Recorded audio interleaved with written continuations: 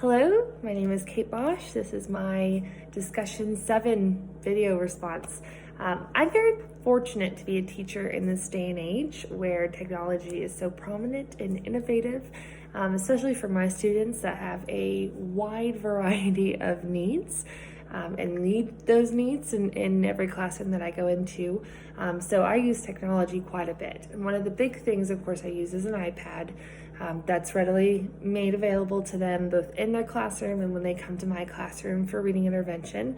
And one of the biggest programs that I use that I've talked about before is the iReady reading and math program. And it's a program that meets them where they're at. So they take a placement test on the app, and then it gives them lessons based off of where they are educationally. So if they're, let's say, in 4th grade, but their academic level in math is on a 3rd grade level, it gives them lessons based on a 3rd grade level.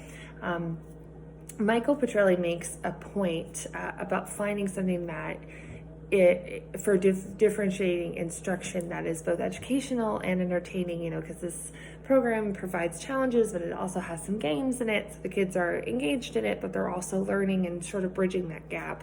But Michael Petrelli talks about this in his article All Together Now by saying, with the advent of powerful online learning tools, students might be able to receive instruction that's truly individualized to their own needs, or differentiation on steroids. And I believe Petrelli 2010, I believe that kind of sums up what iReady does for my kids, is it gives them an opportunity to sort of bridge the gap from where they're at and where they should be.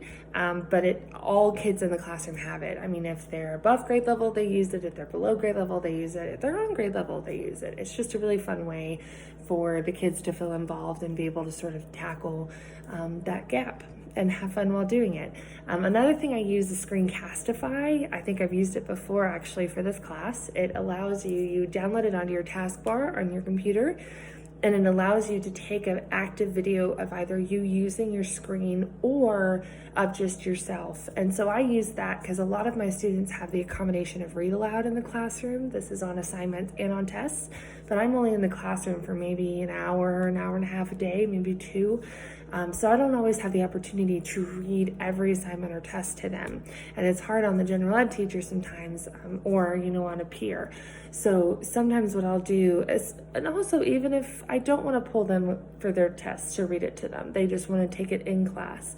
I read the test to them on the computer and I attach a link.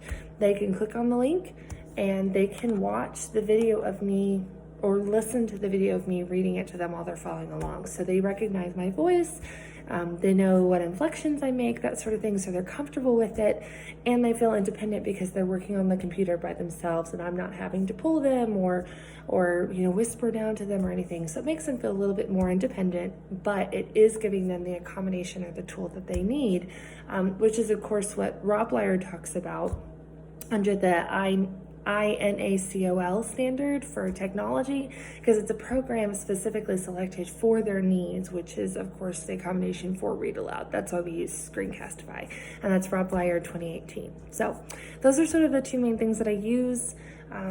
I don't really have any students that have any physical ailments, but we did have a student who was partially deaf, so she had it was a speaker that the teacher wore that went into her hearing aid that she could hear the teacher better. So, but I have not had to use that myself. So, thanks.